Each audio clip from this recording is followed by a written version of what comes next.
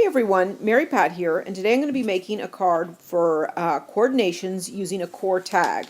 I'm starting off with the textured white cardstock, and I've made the base as A2, and then the second sheet is cut slightly smaller, and I'm going to emboss this using this wood grain embossing folder that is really nice. So here it is all embossed, and I'm going to add some paper.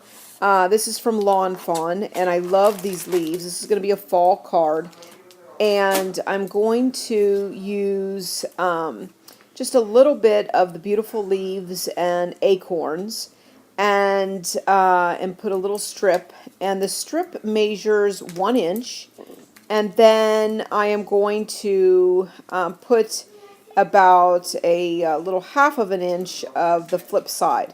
So it takes a look, and I'm going to put that right there, and that looks great. So now it's time for my core tag, and I'm going to use the tearing technique and tear off the bottom just to give it a unique look with everything. So I tear that towards me, and it gives it that awesome look with the inside core exposed. Now, I also want to kind of use a different technique, and that is the sanding. So I'm using my sand it gadget, and I'm just lightly going around the edges and exposing that awesome core. And then I want to kind of distress the entire tag, and I'm just rubbing this. And again, you can kind of see that I'm not using very much pressure on there, and I am just giving it kind of a distressed look on that. I'm using my Dust Buddy now, and I'm just cleaning up my surface and then cleaning up my tag so there isn't any dust left over from that. And my tag looks great, and I'm going to be putting that right there. I'm going to set that aside for right now, and I'm going to switch to my Coordinations 110-pound cardstock. I love this stuff for stamping, and I'm going to stamp some of these wonderful images from Lawn Fawn. And I'm going to be using like the little tree, the fox, the clouds, the sentiments, and everything. So I'm just going to be, this is the 6x6 pad, so I'm just going to be layering all of my stamps on here. So I'm using some Jenny Bolin ink, and so again, I'm just kind of placing these on my pad, and I kind of want them all in the same area. And then I did my clouds, and here's my sentiment, hello, and all of that looks great. And now I need to add my little fox, and so I'm stamping my fox there. Now I want to use my Spectrum Noir blendable pencils, and I've got two of the colors. I've got 90 and 92 for this, and I'm going to use it there. It's like a brown with a hint of red in it. And I'm using my Gamsol and then my paper stumps. And so what I'm going to do is I am using first my lighter color, and I'm just going around and just kind of going around the edge. You can see that there. And I'm not applying a lot of pressure. You can kind of see by how I'm moving. And then I'm just going to lightly fill in with the lightest amount of pressure and fill that in. Now, with the Gamsol, this is really great because the Gamsol then works with the pencils, and it literally starts to kind of dissolve the pencils and gives it a perfectly smooth finish on that. And the blending just is so amazing. I really, really love working with these pencils. And so you can see I'm not applying a lot of pressure.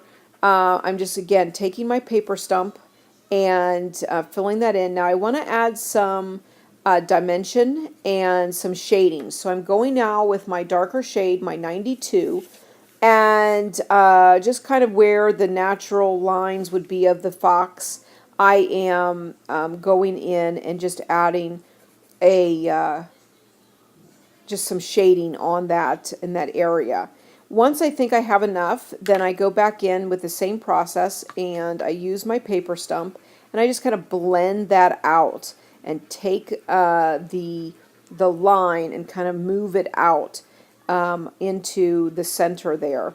And so then I have those two shades blending absolutely perfect together. And again, there's what it kind of looks like. I love it. And now you don't have to be afraid to use your markers and your pencils. For the white area on this little fox's face, I'm going in with TN1 and I'm coloring in. And again, as you can see there, you can barely even tell that I've added any color.